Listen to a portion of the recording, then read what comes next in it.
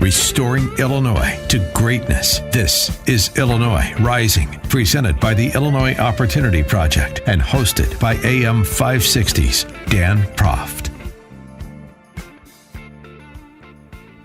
Dan back with Ted on this edition of Rising, and we have just sticking on the governor's race on this topic. There has been a Kavanaugh bump, so there is some good news for Republicans at the state and local level. What's happened at the federal level with races tightening up after Democrats' performance during the Kavanaugh confirmation hearings has redounded to the benefit of Republicans in the suburbs and around the state, including statewide candidates that it tightened up a little bit.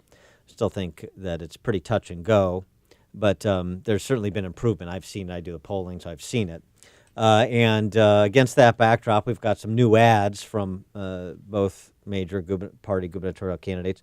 First, Rauner, face to camera. He's not letting his wife do the talking this week. It's going to be Bruce Rauner himself. You sent me to Springfield to fix our state. We've done some good. We've stopped a lot of bad. But like you, I'm frustrated because we haven't done enough. After decades of corruption, change doesn't come easy. We could give up and give total control to Madigan, Pritzker, and the machine that made this mess, or do the tough, honest things to save Illinois. This might be our last chance.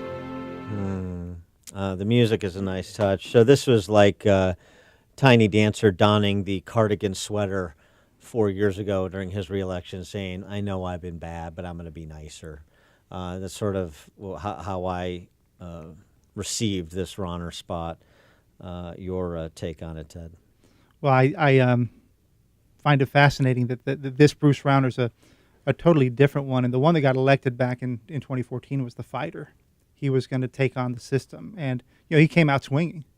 But, 3 and 4 years into his governorship, he gave up on all his reforms. He stopped talking about the reforms. And he ended up with a tax hike and nothing else.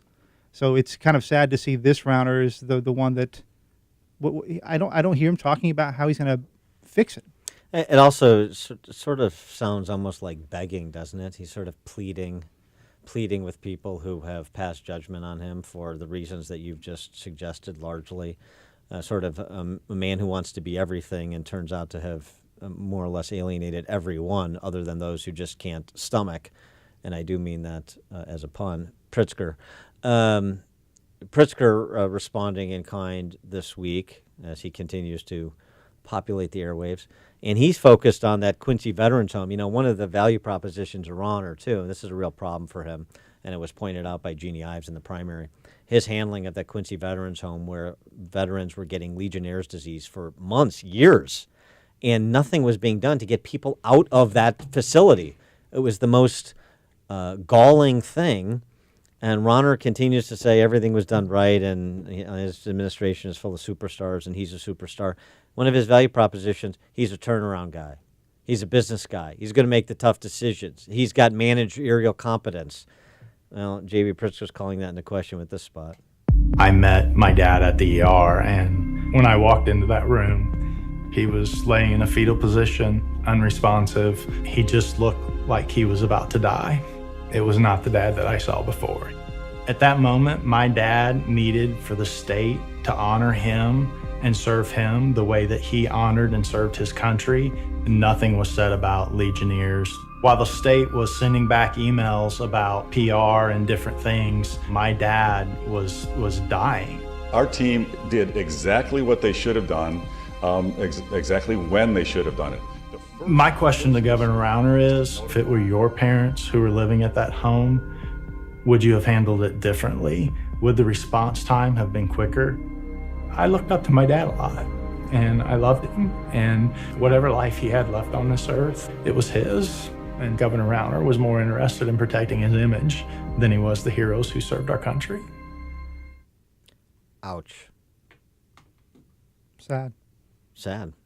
And it's unconscionable, the handling of that and his defiance. One of the things I've come to take away from Rauner, and before he betrayed the conservatives who elected him, I had the opportunity to have a number of interactions with him.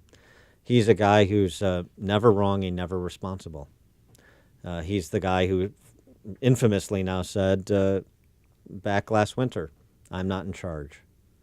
Right? That's the maverick fighter that we elected, right? And 3 years later, he's not in charge, he's not responsible, and things are worse.